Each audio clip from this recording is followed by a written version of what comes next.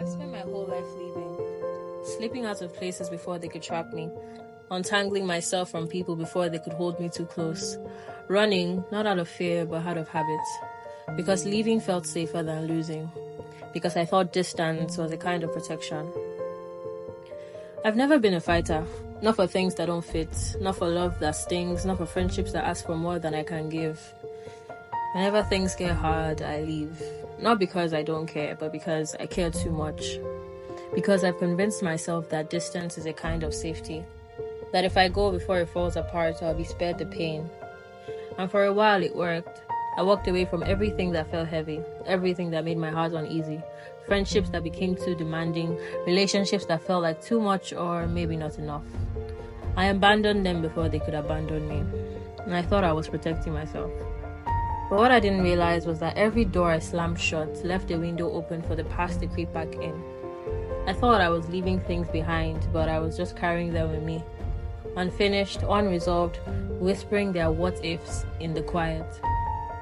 You see, running doesn't erase things, it just postpones them. The ghost of the things I walked away from, they found me anyway. And this time, they hurt me even more. Not because they were still there, but because I was still the same. Because at some point you have to ask yourself, are you leaving because it's right or because it's easy? I used to think staying was a weakness, that it meant settling for something less than what I deserved, that it meant enduring pain that could be avoided, but I was wrong. Staying is its own kind of strength. It's standing in the storm instead of seeking shelter. It's choosing to hold on even when every part of you wants to let go. It's looking at something broken and saying, I'm willing to try. And no, I'm not saying you should stay in places that destroy you. Not all things are meant to be fought for. Some things you do need to walk away from, but not everything. Because love, real love, takes work. Friendship, the kind that lasts, requires effort. Dreams don't happen just because you want them to.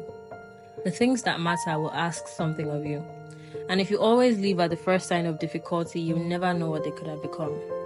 I'm learning that now. That sometimes the right choice isn't the easiest one.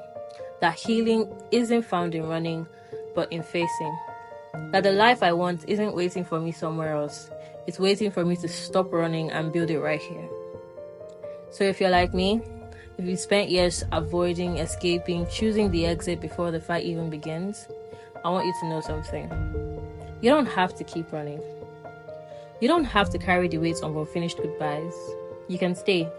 Stay in the discomfort, stay in the effort, stay in the messy, complicated, beautiful reality of things worth keeping. Because maybe, just maybe, the life you've been searching for isn't somewhere else. It's here, waiting for you to stop running.